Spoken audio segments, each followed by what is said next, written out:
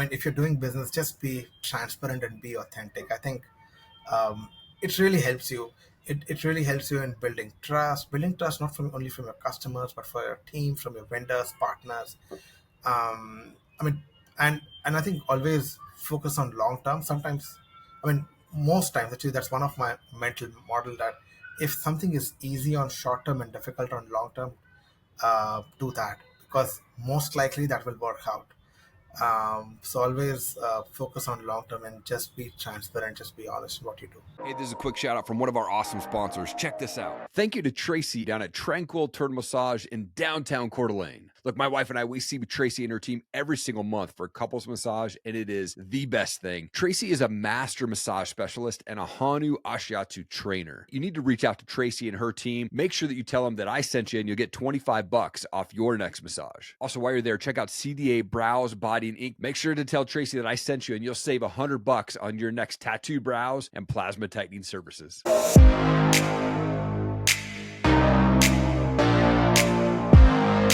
Rish, you're the founder and CEO of Content Beta and so much more, man. Thank you for your time. I appreciate it.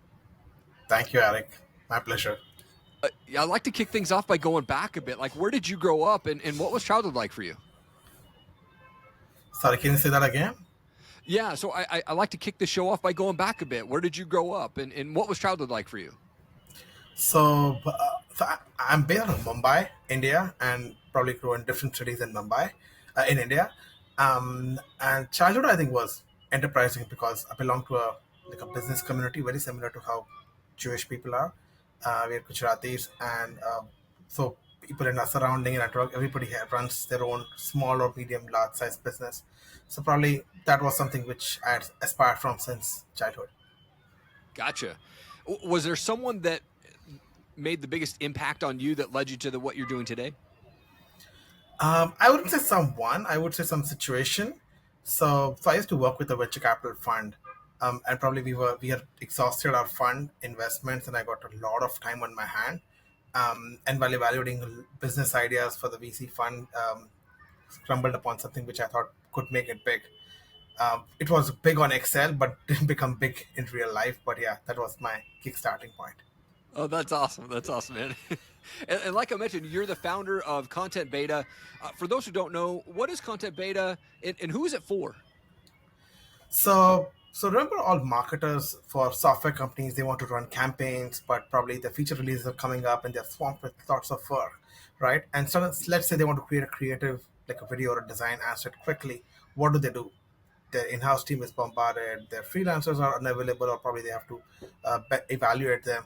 We are like an extension to their team, right? So we provide like a designer, video producer, copy editor, project manager, creative director, all on a monthly subscription plan, so you could create content for product marketing and customer enablement. Gotcha. Oh, I love it, man. What is it that you guys do that your competitors are not doing? So three things. So in one way, we are an agency, right? So probably we have the same services model, but we've done three things which differentiates us from the competitors. One is our focus. So we only focus on SaaS and software industry. By that, we have made our internal processes, the team capabilities tuned to that, so we're able to deliver things faster at a reasonable cost. Number two, we've become tech enabled, right? So the old way of working with agencies, hey, you go to a Zoom call, give them a brief, and probably they'll come back to you after 2 months. We are super fast, and everything happens like in transparent ways. We have a project manager who project management software which shows you the status of your projects. And the third thing I think is because of our focus and our specialization, probably my location, we're able to offer our services at a reasonable cost. So probably people find it easy to scale up and down based on their needs. Gotcha. Man, I love that. And you started this company like the middle of COVID, July 2020, like crazy times, like, but a lot of people start businesses, or a lot of successful businesses started in kind of crazy times in the world. How did you combat the voices maybe, or other people telling you that's a horrible time to start a company? So actually, I started my company long time ago. Was 2014. So we used to do online training and corporate training. So we used to go and teach new hires at large enterprises like PwC, EY, Amazon, Walmart in India.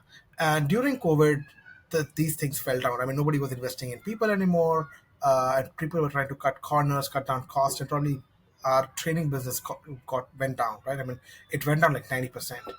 And that time we used to run two YouTube channels, both with 300K subscribers. And then we thought, we know how to create content and we know how to engage people. Why don't we do that as a service for other software companies who are not as big as Tableau or Microsoft? Let's see if there's a need. So that's how we kickstarted in July during COVID. So initially it took a lot of time, right? Because it takes some iterations. You just have to stick to it. Right? I mean, we thought of some market based on our forte, and we went deeper and deeper and deeper, and yeah, we were able to be successful in some areas. Come on. I love it.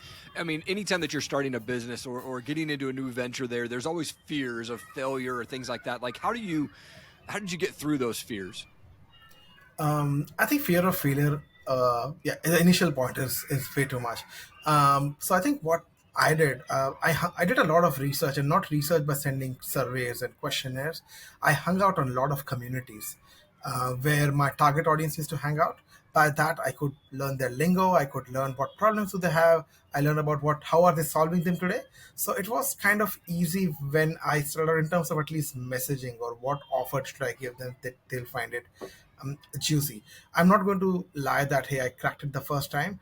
I came up with one idea, made a shift in 3 months, made a shift in another 3 months, and then I got settled with that same offer. So it takes a bit of iteration. But one thing which I thought would really help, if you have some money flowing in. I mean, you're not only dependent on that, right? If you have some savings, some cash flow coming in, maybe even fraction of what your expenses are, I think that really helps in giving you the comfort that hey, you could probably sustain this for 6 more months. Yeah. I love that. And you guys have three principles, which I absolutely loved. When I was going through your website, you have these three principles: be authentic, be transparent, and move fast. Can you deep dive into those and why those three? So I think our natural competitors are the traditional agencies, right? And we thought that if we want to, I mean, these were like deeply rooted. I mean, it's not easy to displace them, right? I mean, if something is working out for an organization, why would they switch? So we needed a strong reason that how do we differentiate ourselves.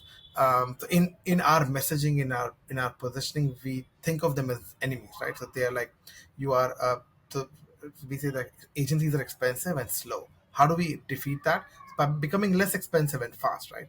So um, so we did that. And another problem which people were saying that hey, most agencies are they don't deliver things on time. So we thought, how can we make our communication more transparent so my customers understand where their projects are, they understand what they could expect, and there are no gray lines. I mean, most agencies also have very like back of the door kind of pricing, don't share it upfront. We've made a point that everything is upfront on our website. You don't have to get on a call to learn more about, or probably I won't change my pricing because you are a enterprise customer and not like a startup customer. So we thought we got to make transparent, we got to be authentic because we are creative people, right? So creative people got to be authentic, and we got to be fast because a bit slow is what our competitors do. I love that, man. It's such a good explanation there. And I love the concept around those three principles. It's so important for those three things in business there. One of my favorite things when I'm doing podcasts is talking to other podcasters. You're also a podcaster of, I believe, multiple podcasts there. What are your podcasts about, and why did you decide to start them? So podcast, I started when I started my business. So that Okay. time, I mean, there were fewer podcasts and very fewer in very few in areas of software and SaaS. My motivation was not marketing actually. My motivation was learning. So I thought if I could get people on call, I was a newbie in marketing and product marketing world. I thought if I could get people over a call, try to ask them questions and probably learn from them, and probably from that experience, I could share that with other people, and probably they could also benefit from it. So that was the initial motivation to start the podcast. But slowly, I think we crossed like 30 episodes in one of our shows. So we have two shows: the product marketing show and new things in customer education. And both shows are from our audience, right? I mean, they are also our target audience, and they are also who we talk to on a day-to-day basis. So I think it helped me and podcast, it's a free source of content, right? I mean, let's say we Totally. have recorded this, you could repurpose that into six other things. You could put it into a blog, into an audiogram, into a video clip. You could make TikTok channel out of this podcast. And I thought that hey, rather than me doing research and creating notes and I don't know if that will be great. Why don't I get like the best person on the topic, and try to learn from him? Probably he'll create far better content than I'll do spending 100 hours on Google. It's so good. I think when I first started podcasting, it was like, I just want to have a great conversation with somebody and I can learn at the same time. And it was almost like, man, I almost want to just hold this stuff in and not share it. And I was like, okay, no, this is a podcast. I got to share this stuff out with the world, man, because it's so good. That's why I started podcasting, was I wanted to have great conversations. I want to understand. Actually, the first podcast I had, I was interviewing MMA fighters. And I said, why do you want to Wow. get in a cage and get punched in the face? Like, that was my only question for them, like I didn't understand. Right. And so, but I knew that like in those conversations, like, man, I'm having such great conversations. I got to share this stuff out. And so I love that. You didn't jump into podcasting for the marketing or the money. It was to learn. Right. And that's the same, man. I think podcasting is so powerful. When obviously you've been a very successful entrepreneur now, but sometimes as an entrepreneur, you eat like kings and sometimes you eat like top ramen. Like, what's the hardest lesson that you've learned through your entrepreneur journey? So I think two things. One is initially don't think about scale. Do things which you don't think are scalable, really. Like for example, reaching out to individual people, right? Or writing emails to customers yourself, right? Two things. I mean, naturally they can't be scaled when you become like bigger, but it really helps in getting initial feedback, um, and and making sure your offer, your proposition is tuned to what your audience wants and not what you want. And second one is actually the opposite. Second one is when you achieve that product market fit. I mean, when you think that you have few customers, people like what you offer, then keep on only do things which scale, right? So build an engine, build systems, because there is a limit with which I can grow the business. I mean, I have only 24 hours in a day, probably 8-10 hours I'm inactive. So I can't let that limitation stop the growth of business. So probably do things which only scale, and do things I mean, I only do things which I like to do. Everything else I try to outsource or try to delegate it to my team. Yeah. Oh, that's so good. Like, only do things that you like to do. That's probably the best answer that every entrepreneur should be looking at, man, because that's so true. So true there. Um, I love to ask this question. Like, what's your message to the world?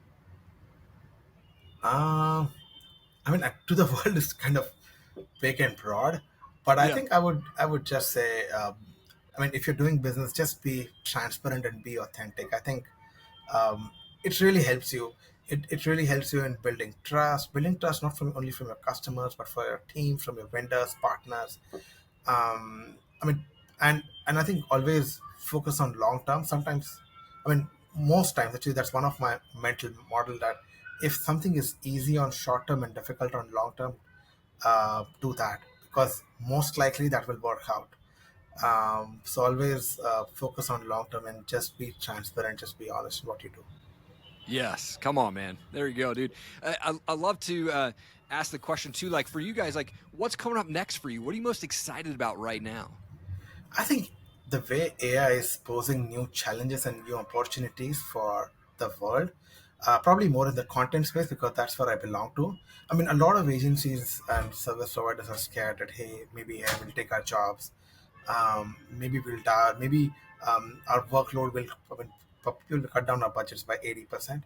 I think, and people think AI is an enemy, right? I mean, very similar to how this handloom, people who used to weave clothes with hand in the industrial revolution, they were scared that, hey, machines will try to replace us, Yeah. right? So instead of doing that, just think about how can you reduce your work using AI, right? How can you turn around things faster? How can you pass on the benefit of cost to your customer so that they feel it's worth it? So I think, yeah, think of AI as a friend, not like an enemy. Yes. Come on. I use it for, help me with some blog posts and some shorts and stuff like that, man. It's such a great tool there. Definitely not something to be scared of quite yet. I think it could go the wrong direction, but not quite yet. That's awesome. I love to finish the show there with a fun question. I'm a big music guy, so I love to ask the question, like, what's a favorite band for you, or what type of music do you like to listen to? I mean, I love listening to rock and punk rock, but I mean, these days I'm listening to Hans Zimmer because I'm going to Hans Zimmer concert in Amsterdam in a couple of months. So I just wanted to be in that groove that, hey, let's listen to Batman, let's listen to inception. So yeah, that's probably on my playlist. Come on. That's awesome, man. Rish, this was such a great conversation, man. I love what you guys got going on. I love your message to the world. I love your actual platform, man. It's going to change the world. It is change the world. You're an absolute world changer, man. Thank you so much for your time. I really appreciate you, man. Thank you, Erik. Bye-bye. Thank you so much for checking out the show today. I really appreciate it. I hope that my guest was able to bring you some amazing wisdom and knowledge to help you continue to fight for your goals, your dreams, and your purpose. If you could do me one big favor and just hit that subscribe button, I would so appreciate it. Thank you so much for your time. Keep changing the world. I believe in you. Have an amazing day.